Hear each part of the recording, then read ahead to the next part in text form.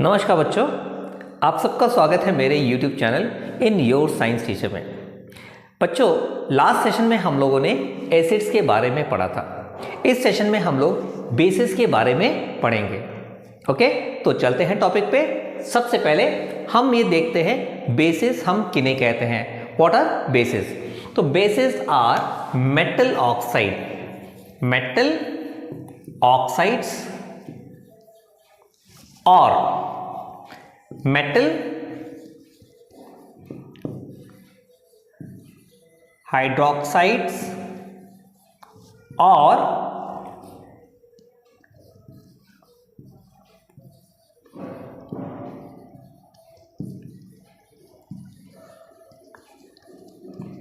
Ammonium hydroxide. Bases basically या तो metal oxides होते हैं या मेटल के हाइड्रोक्साइड्स होते हैं या अमोनियम हाइड्रोक्साइड्स होते हैं। नाउ मेटल ऑक्साइड्स क्या है? मेटल ऑक्साइड्स वो ऑक्साइड वे कंपाउंड होते हैं जिसमें ऑक्सीजन 2- होता है या जिसमें ऑक्सीजन की वैलेंसी 2- होती है। Okay, like Na2O, CuO, okay, ZnO, ये सभी बेसिस हैं। Next metal hydroxides NaOH, KOH, CaOH का होल ट्वाइस, ये सभी बेसिस हैं, ये सभी हाइड्रोक्साइड्स हैं। ओके, अमोनियम हाइड्रोक्साइड यानी कि NH4OH। तो मेटल ऑक्साइड्स, मेटल हाइड्रोक्साइड्स और अमोनियम हाइड्रोक्साइड ये सभी बेसिस हैं। बेसिस जब रिएक्ट करते हैं एसिड के साथ तो हमें सॉल्ट और वाटर सिर्फ देते हैं। NaOH plus HCl gives NaCl plus H2O। Basis when react, ये बेस है, ये एसिड है और ये सॉल्ट है और ये वाटर है। ओके दोस्तों, बेसिस जब एसिड से रिएक्ट करते हैं तो हमें सिर्फ सॉल्ट और वाटर देते हैं, इसके अलावा वो और कुछ नहीं देते। अगर सॉल्ट और वाटर के अलावा भी हमें कुछ और मिल रहा है तो हम उसको बेस नहीं मानेंगे। Okay, next alkali.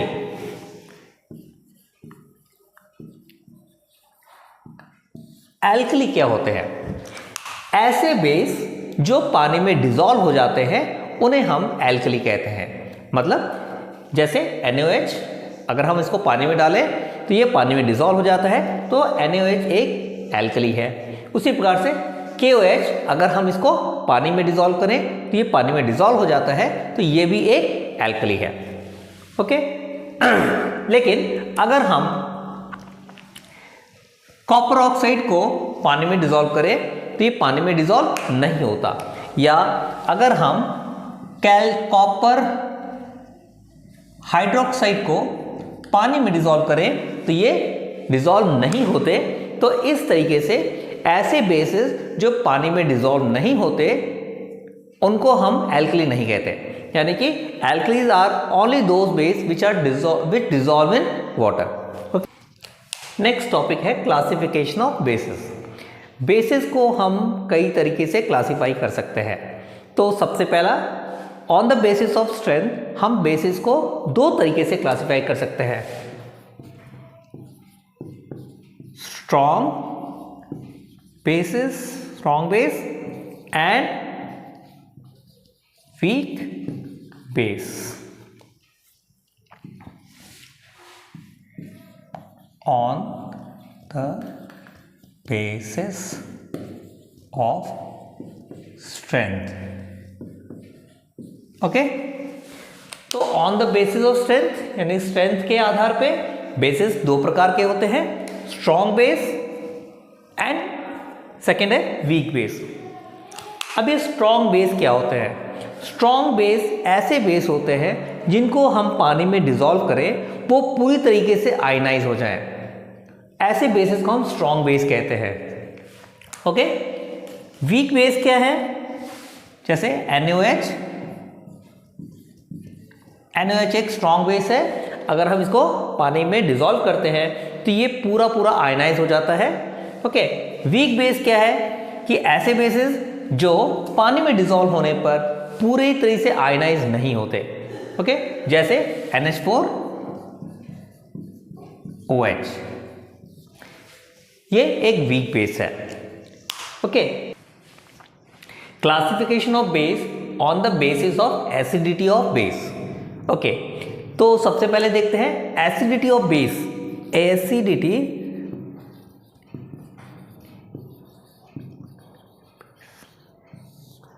ये क्या होता है?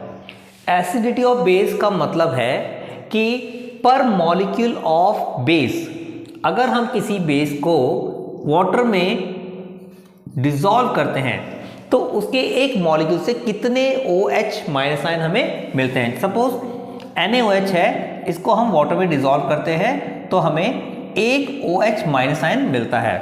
Means how many OH minus ion a base furnishes in its aqueous solution, वही उसकी एसिडिटी है। जैसे NaOH अपने एक्वस सॉल्यूशन में एक OH माइनस आयन देता है तो इसकी एसिडिटी 1 है। तो on the basis of acidity bases are mono acidic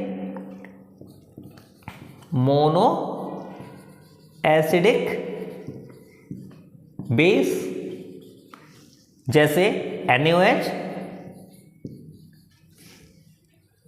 okay, KOH etcetera. Di acidic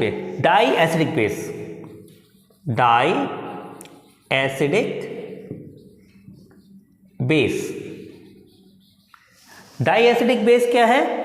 ऐसे बेस जिनको एक्वस सॉल्यूशन में डिसॉल्व होने पे पर मॉलिक्यूल हमें 2 OH माइनस आयन देते हो।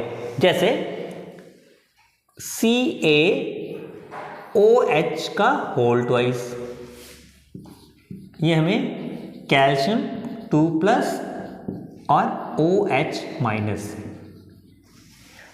ओके, तो कैल्शियम हाइड्रोक्साइड अपने एक्वस सॉल्यूशन में पर मॉलिक्यूल हमें 2 OH माइनस आयन देता है।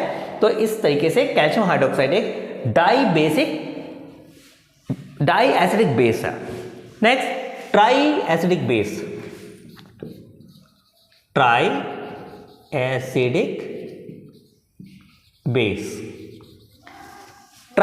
बेस क्या है?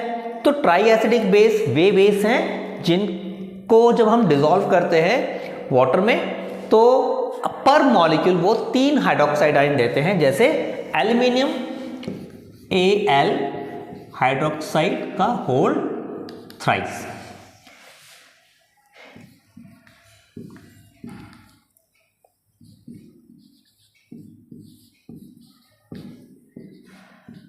ओके, तो इस तरीके से on the basis of acidity of bases are of 3 types. Mono acidic base जो हमें पर मॉलिक्यूल एक हाइड्रोक्सिल आयन देते हैं in aqueous solution. Di acidic base ऐसे बेस जो पर मॉलिक्यूल 2 हाइड्रोक्साइड आयन देते हो अपने एक्वस सॉल्यूशन में। And tri acidic base those bases which give 3 hydroxide ion in the aqueous solution. Okay, next हम देखते हैं प्रिपरेशन ऑफ बेसिस को हम कैसे प्रिपेयर कर सकते हैं। तो देखिए, first preparation of basis from metals के द्वारा हम बेसिस को कैसे प्रिपेयर करते हैं। अगर हम मेटल्स का रिएक्शन ऑक्सीजन के साथ करा दें तो मेटल ऑक्साइड बन जाएंगे जो कि बेस होते हैं। ओके, ऐसे ही magnesium plus oxygen give magnesium oxide जो कि एक बेस है। Second, by the action of water on reactive metals, अगर हम active metals sodium, potassium, calcium का रिएक्शन वाटर से करा दें तो हमें sodium hydroxide plus hydrogen gas मिलता है। तो हमें यहाँ पे क्या मिल गया? बेस मिल गया। Calcium plus water give calcium hydroxide plus hydrogen gas. Okay, next third, action of water on soluble oxides, ऐसे मेटल ऑक्साइड जो वाटर में सॉल्युबल होते हैं उनका रिएक्शन अगर हम वाटर के साथ करा दें तो इससे भी हमें बेसिस मिलते हैं। Sodium oxide plus water give sodium hydroxide, potassium oxide plus water give potassium hydroxide. Okay, तो नेक्स्ट चलते हैं प्रॉपर्टीज ऑफ बेसिस। फर्स्ट देखते हैं हम फिजिकल प्रॉपर्टीज। बेसिस जो होते हैं टेस्ट में शार्प और बिटर होते हैं, मतलब उनका शार्प और बिटर टेस्ट होता है, यानी कसैले या कड़वे होते हैं। Second, bases change red litmus to blue. अगर हम किसी बेस में रेड लिटमस पेपर को डालते हैं तो उसका कलर वो रेड से ब्लू चेंज कर देते हैं।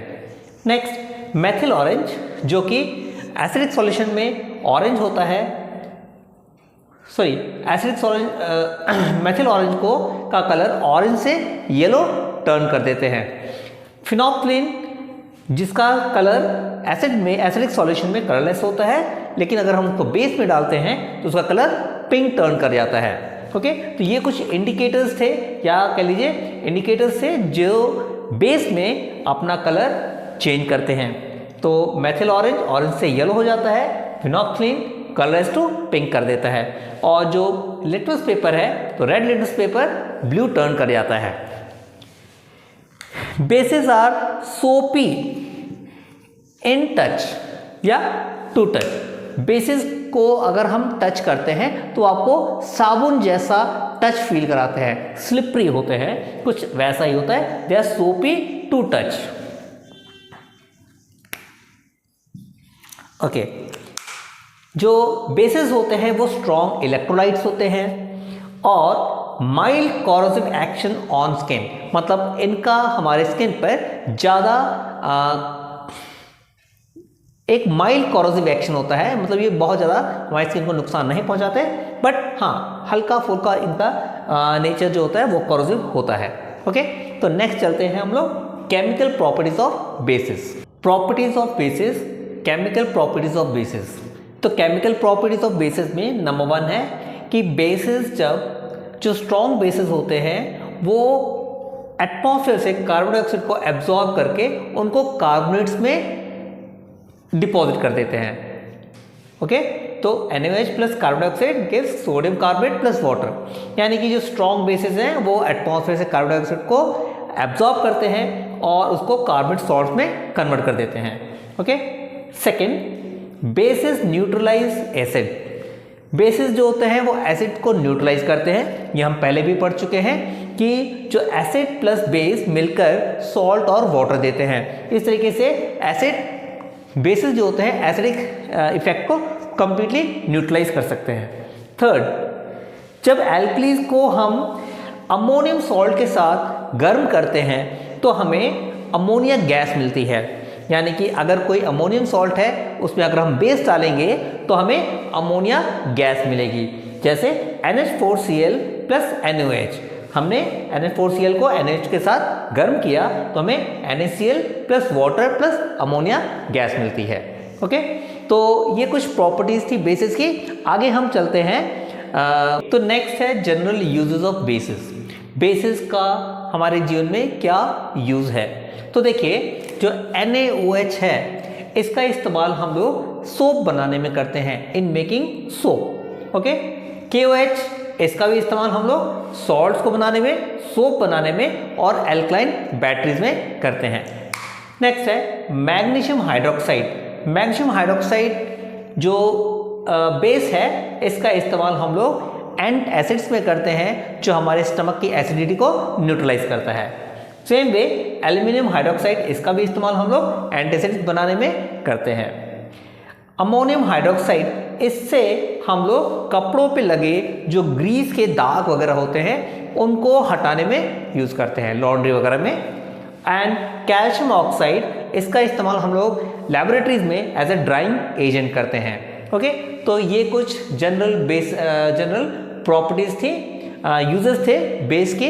ओके, अब हम देखते हैं जो बेसिस का पीएच कितना होता है। जो बेसिस होते हैं उनका जो पीएच होता है वो 7 से ज़्यादा और 14 तक होता है। यानी जो बेसिस होते हैं या एल्कलाइन सॉल्यूशन होता है वो उनका pH 7 से ज़्यादा और मैक्सिमम 14। जो स्ट्रॉन्ग बेस होते हैं उनका 14 होता है और जो वीक होते हैं वो 7.5, 8, 8.5 ये सब आपके वीक बेसिस के pH होते हैं। ओके, तो आई होप आपको आज का लेक्चर पसंद आया होगा। तो अगर आपको ये लेक्चर पसंद आया है तो इसको ज़्यादा से ज़्यादा शेयर करें, लाइक करें और सब्सक्राइब करें। Thank you.